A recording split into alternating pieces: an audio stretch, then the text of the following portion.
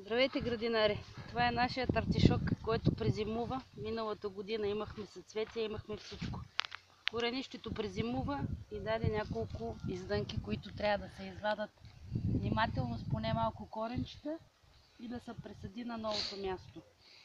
Доста трудно става тази задача. Сега ще се опитам да ви покажа.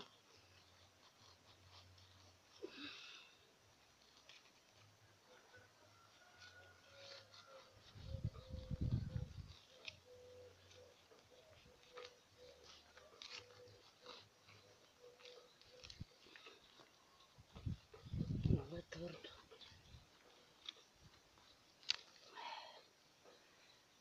Не е много коренче, но и това е достатъчно, за да се хване.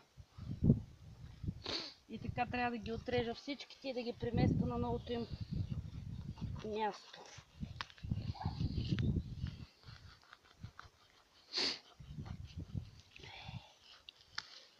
Този изобщо не се получи, но пак има лекичко.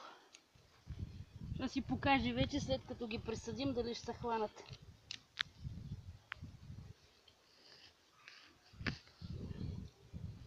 Спокойно ще се отглежда и в България. Не съм видяла никакви проблеми с артишока. 4 коренчета, тези ще си ги оставя още малко да поотраснат. И ето го новия ред.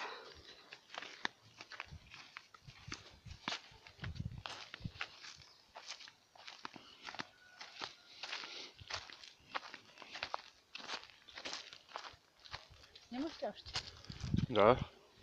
Покажете къде съм пресадила.